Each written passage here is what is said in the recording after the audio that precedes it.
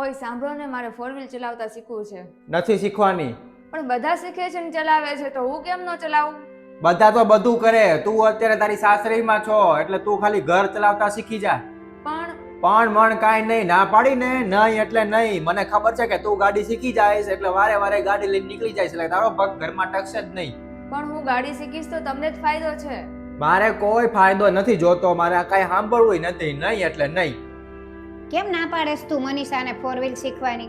અરે મમ્મી, આપણે આને ઘરમાં કામ કરવા માટે લાવ્યા છીએ, કઈ ગાડી હકાલવા હાટો નથી લાવ્યા.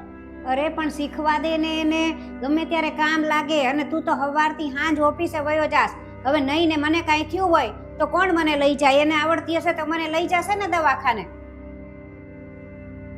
અને દીકરી હોય કે વહુ હોય, એને બધુંય ચલાવતા આવડવું જોવે. આ જમાના પ્રમાણે બધું શીખવું જ જોવે.